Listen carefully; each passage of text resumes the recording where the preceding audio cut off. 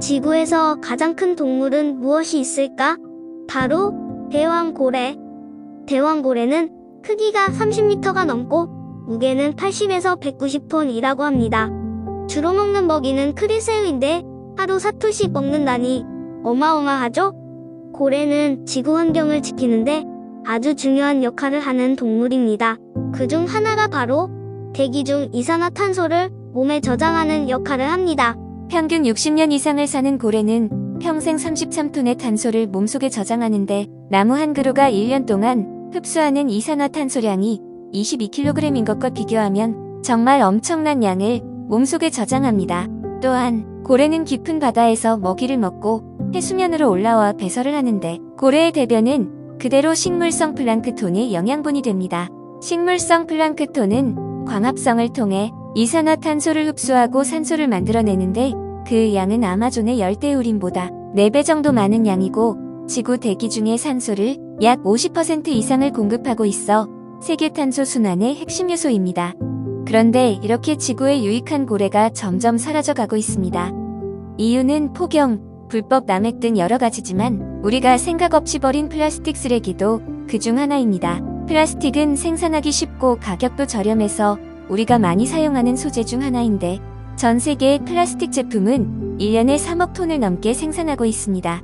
전 세계에서 인구 1인당 일회용 플라스틱 제품 사용량은 136kg이라고 하니 정말 어마어마한 양이죠. 지난 10년간 우리가 만든 플라스틱이 그 이전 100년 동안 만든 플라스틱보다 훨씬 많다고 합니다.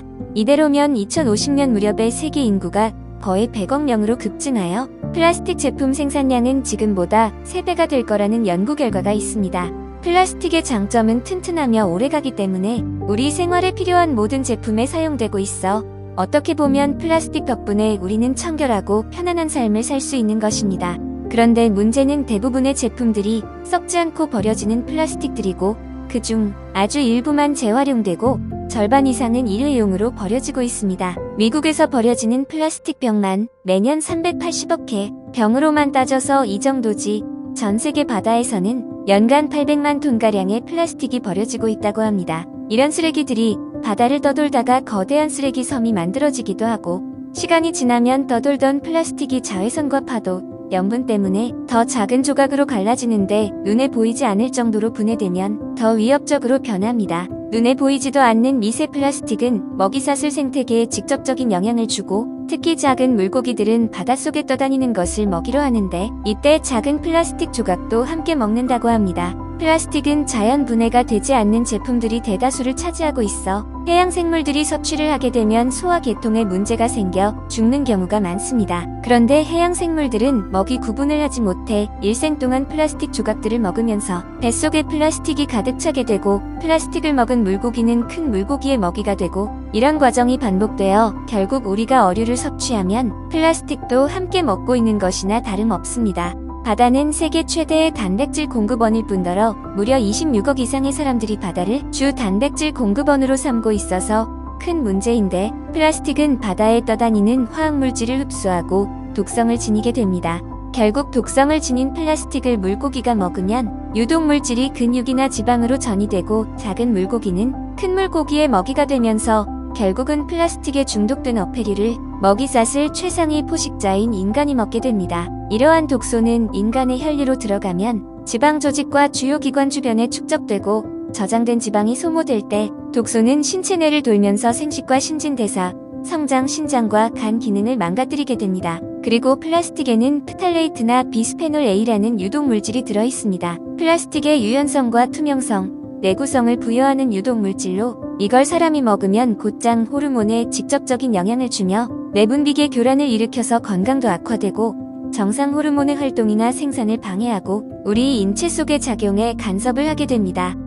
또 성장과 신진대사, 소화, 심지어 생식기에 영향을 줘서 고자가 될 수도 있습니다. 이보시오, 의사양반! 특히 여성의 경우에는 자궁암, 유방암 같은 암 발병률은 2배로 늘고 불임 가능성도 높아지며 임산부라면 태아의 발달에 치명적인 영향을 줄 수도 있다고 합니다. 그렇다면 환경과 우리에게 영향을 미치는 플라스틱을 어떻게 할 수는 없을까? 플라스틱은 값이 싸고 대량 생산이 가능한 용기로서의 역할을 하고 있는데 이런 플라스틱을 당장 대체할 대체품이 없어 현실적으로 플라스틱을 쓰지 않는 것은 어렵고 그나마 우리가 할 수 있는 것은 최대한 플라스틱 사용량을 줄이는 것입니다. 카페에 텀블러를 들고 가거나 마트에 장바구니를 들고 간다거나 혹 플라스틱을 사용했다고 하더라도 올바른 방법으로 분리수거를 한다면 재활용률이 늘어나서 무방비로 버려지는 플라스틱을 줄일 수 있습니다. 그리고 주변에 버려져 있는 쓰레기들을 모으는 정화활동을 한다면 환경보호에 더욱 도움이 될 것입니다. 전 세계 생태계는 건강한 바다에 의존하고 있고 만약 바다가 제 기능을 못하고 잘못된다면 인류를 포함한 지구 모든 생명체는 고통을 겪을 것은 분명합니다. 늦었지만 지금부터라도 바다를 깨끗하게 만들고 보존하기 위해 우리 함께 실천하는 노력이 필요합니다.